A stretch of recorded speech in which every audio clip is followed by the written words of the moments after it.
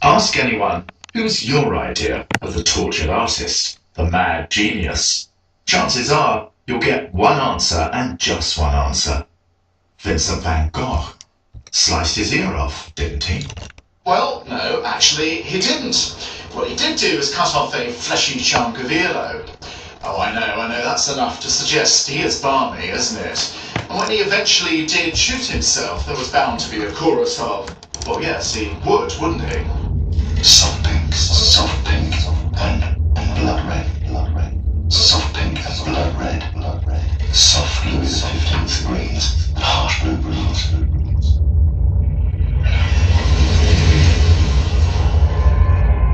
No further verse.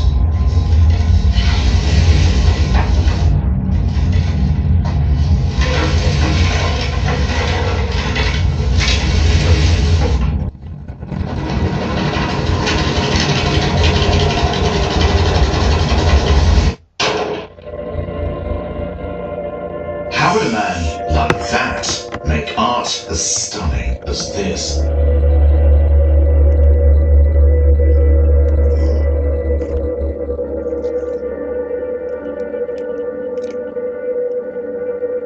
What others diagnosed as mental sickness, Vincent thought was an illumination, a new vision of what art could be, a revelation of heaven here on earth.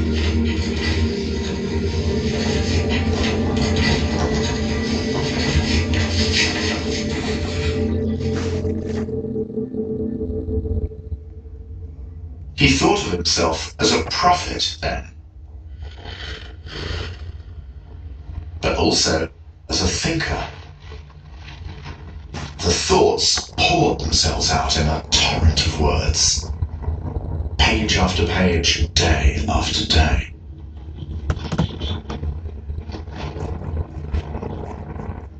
All you have to do to find the real Van Gogh, no fool at all, but thoughtful, observant man, is to read his letters. Hundreds of them, mostly written to his younger brother Theo, and you'll see that intelligence burning away. Dear Theo. God, beautiful Shakespeare is. His language and his method are like a brush trembling with excitement and ecstasy. So, meet this other Van Gogh, not a creature of blind instinct at all, but an insatiable bookworm. I've made more or less a serious study of Victor Hugo and Dickens and recently Aeschylus and a few of the great minor masters. Okay, the scary one will buttonhole you in the palm and bang on about George Eliot and Charles Dickens, and you'll be backing off from the awful poem. You do know that Fabricius and Beda are counted among the minor masters. Beda?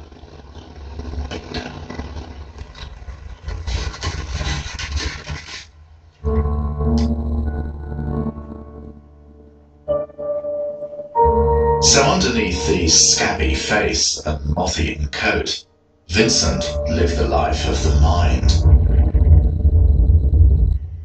For a long time, art never came first. What mattered most was the search for salvation. It was in his blood. His father, the Reverend Theodorus van Gogh, was pastor in a village in the South Netherlands. So even when he was rescued from the Calvinist Dutch gloom by his uncle and sent to London as an art dealer, he's out to save souls.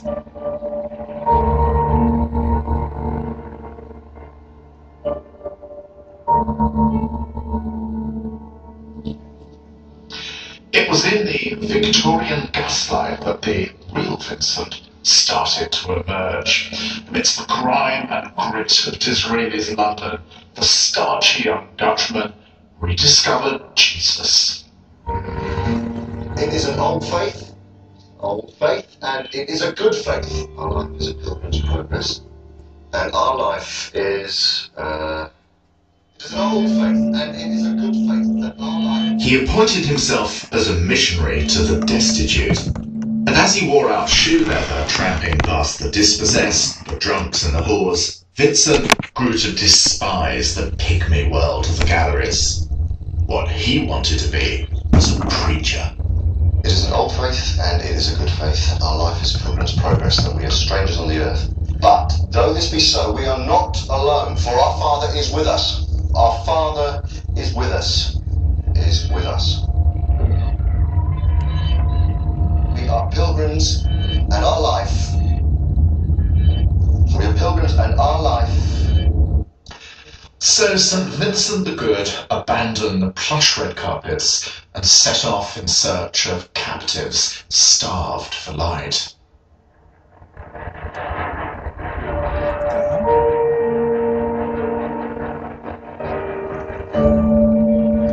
The coal pits of southern Belgium.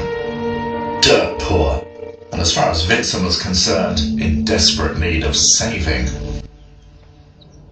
The young lay preacher took his dog-eared Bibles and his eager retriever look through mucky streets where women hauled sacks of coke and did his best.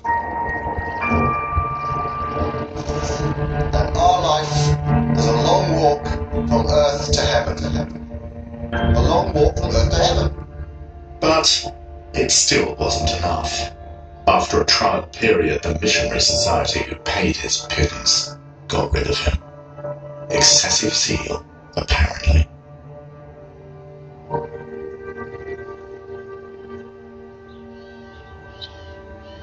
But you didn't get rid of Vincent van Gogh that easily. He hit on a different way to preach. He would paint. This. The usual story is the Dutch frog kissed by Impressionism and turned into the prince of colour painting. Vincent and his art at last lightened up, away with the northern murk, bring on the tubes of carmine, cobalt and chrome yellow. It's not all wrong. Vincent does get colour, becomes addicted to it, consuming its brilliance, disgorging it onto the canvas. And for a while, he does what you're supposed to do as a trainee impressionist. Down by the river at Anières, trap the light, and you've got... In a way, I'm glad I never learned painting. I know for certain that painting is in the very marrow of my bones. I want to do drawings that will touch people. I want to get to the point where people say of my work, that man feels deeply, that man feels keenly.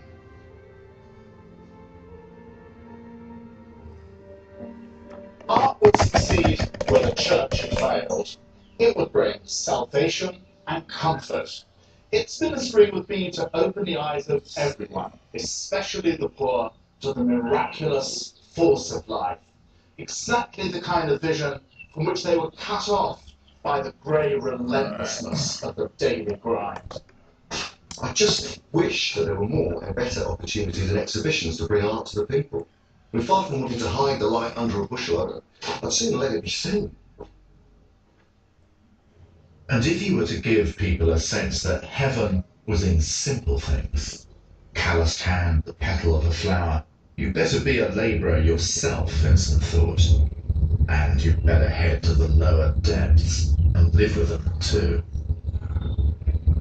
Then you don't get much lower than shacking up with a broken down prostitute, habitually drunk, bad case quinsy, single mother, sickly kids, another one on the way.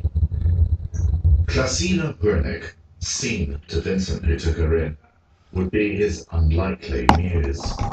Scene's history of misery marked on her body. The drooping breasts and stringy hair became the food of Vincent's inspiration. There's no such thing as an old woman, he wrote to Theo.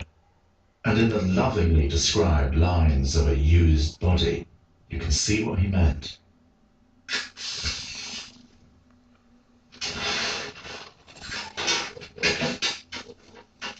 My dear Theo, I'm longing to see what impression Sia makes on you. There's nothing special about her. She's just an ordinary woman of the people. But holds something of the sublime for me.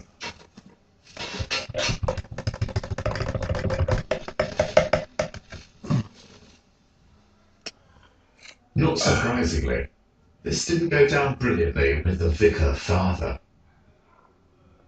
Theo, no prude, didn't much care for it either, but it didn't stop him steadfastly supporting his brother's latest career.